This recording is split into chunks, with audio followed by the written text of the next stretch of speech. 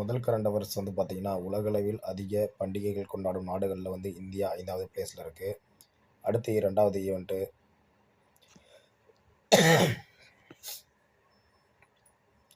இந்திய உணவுக் கழகம் எஃப்சிஐ 1965. அடுத்தது மாணிக்கவாசகர். ரப்பர் வந்து பார்த்தீங்கன்னா குடுத்துருக்காங்க. அடுத்த ஈவென்ட் வந்து பார்த்தீங்கன்னா, மாணிக்கவாசகரோட மேற்கோள்கள்லாம் குடுத்துருக்காங்க.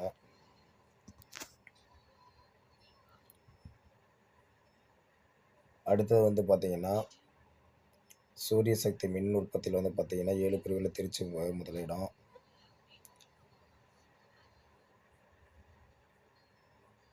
ஜான் ரஸ்கின் அதாவது வந்து பார்த்தீங்கன்னா, அவர் எழுதின புத்தகம் இருக்கு. அண்டர் திஸ் லாஸ்ட் அப்படின்னு சொல்லிட்டு ஒரு புத்தகம்.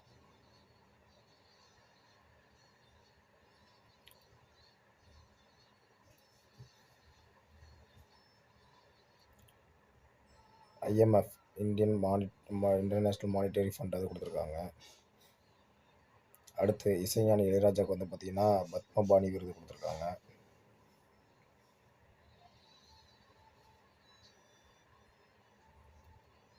தமிழகத்தில வந்து பார்த்தீங்கன்னா, நீர்நிலைகள்ல வந்து பார்த்தீங்கன்னா, அதோட செயல்படுற விதம் குடுத்துருக்காங்க. இது 9த் தமிழ் புக்ல இருக்கும். அடுத்து சோழர்கள் கால கல்வெட்டு குடுத்துருக்காங்க. குமிழி தும்பு 9த் புக்ல இருக்குது.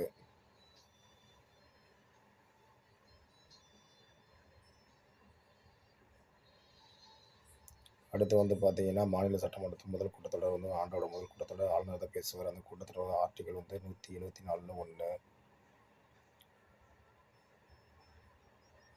அடுத்து தேசிய அளவில் வந்து பார்த்தீங்கன்னா, பதிப்பக தலைநகரமா தமிழகம் விளங்குதுன்னு சொல்றாங்க.